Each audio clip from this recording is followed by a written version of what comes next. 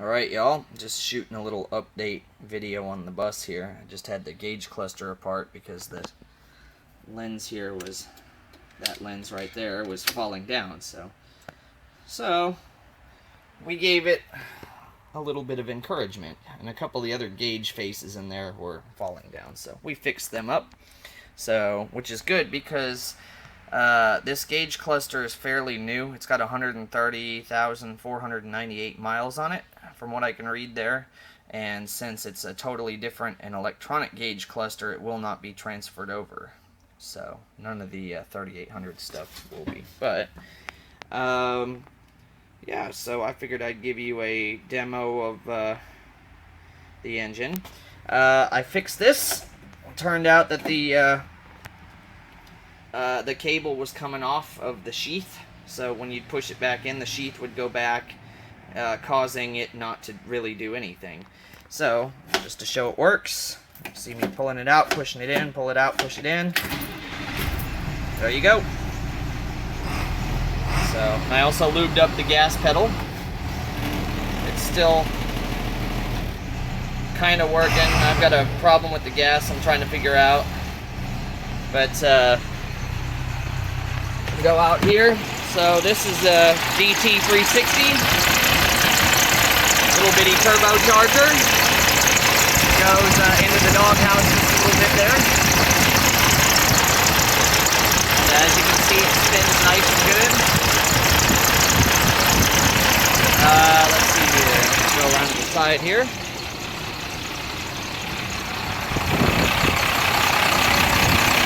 And for those of y'all wondering, the data tags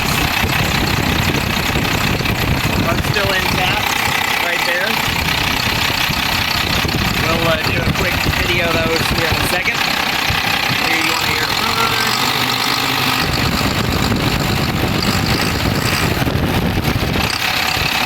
that fan feels really good. Alright, it's about 100 degrees out here. Alright, so I'm going to kill it. There we go. There's your linkage right there for that. Alright, so if you guys want to see my data tags on this, this is a 90 model, but it may, yeah, it says 1989 model year on the engine, so the engine's a 1989 model. So there we go right there. It's 180 horsepower at 2700 RPMs. Doesn't say the torque though. Displacement 359.9 inches, cubic inches. DTA360. And I'm going to repaint this engine, but I'm going to make sure these decals get salvaged. I don't care if I have to put them on somewhere else. There we go, 180, 2700 RPMs. I don't know why it's not focusing right, because it's dirty. Doesn't say the torque spec though, which is weird. Come on, focus, phone. I don't know why it's not focusing on that. That's really annoying. Why? Because there's dirt and crap on it. It really doesn't say what the torque specs are. It's basically the same thing. I think that's just the French sticker right there. Yeah, that's just the French sticker. And we don't need no stinking French. Yes, we do. I got friends in Quebec that are French. So, but that's it right there. Pretty cool. So, anyway, that's it. DTA360. I've noticed there's two types of fan clutch connections there. Mine has the 6-screw. Let me think here. My buddy David, who owns a 1993 Bluebird, I can't think of his YouTube username, but if you search 1993 Bluebird International DTA360, you'll see his videos. It's gray and navy blue. His fan clutch is different than mine. He has a conventional style fan clutch like what my 7.3 has, that's coming out of my bus. He has a dual cylinder air compressor though, and an air dryer, and I just have a single cylinder compressor with a drain valve, a Stemco drain valve. It's that red, white, and blue drain valve that I've mentioned in another video. That's about it. This right here is the low air warning cable. In fact, if I can ground it to something, it should be able to hear the cluster start beeping because the key is still on. It's not grounding though. I've gotten it to ground and beep.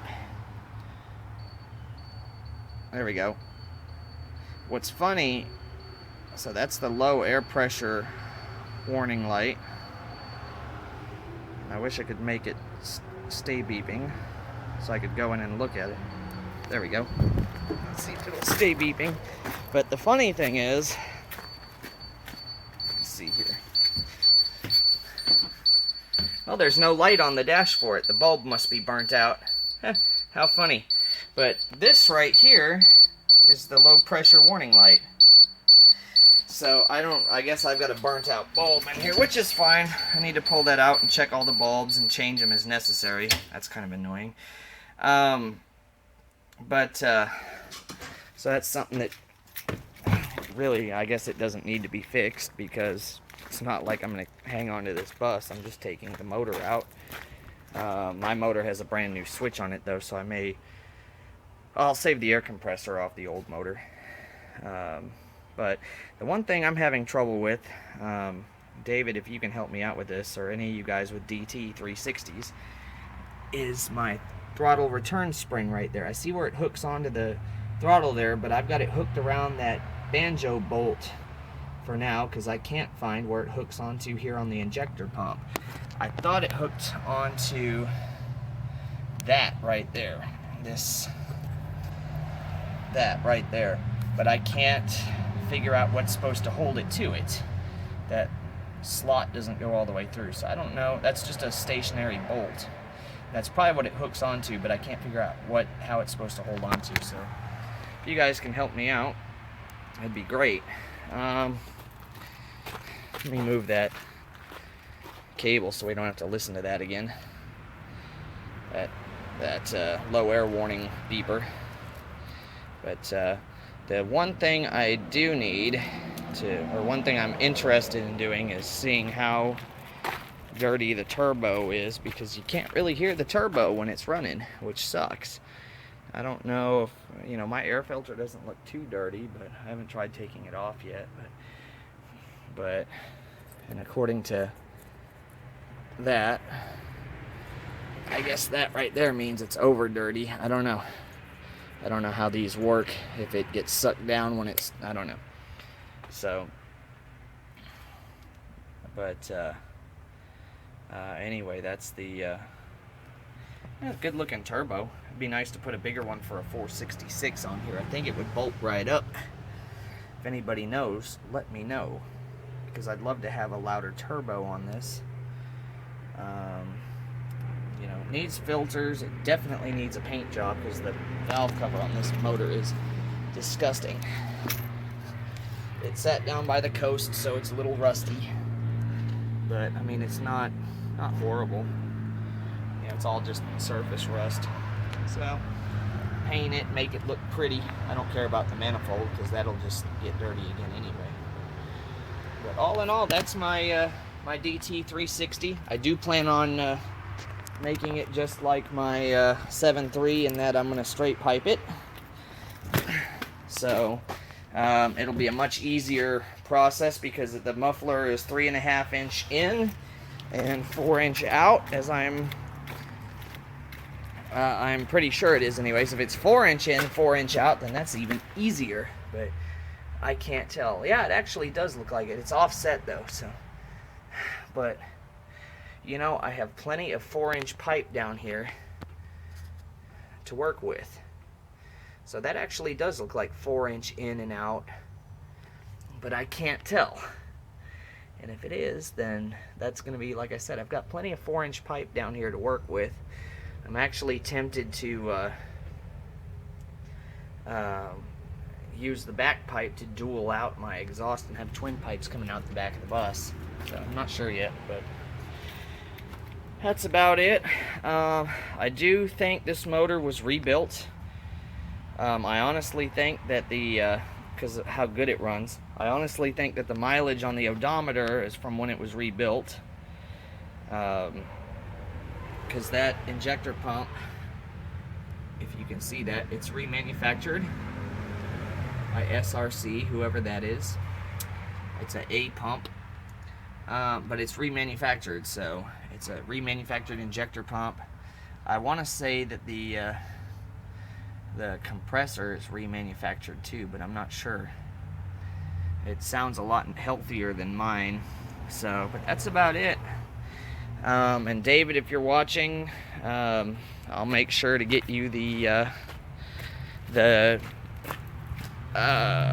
relay valves for the brakes if you want to hear them. Fire the motor up, and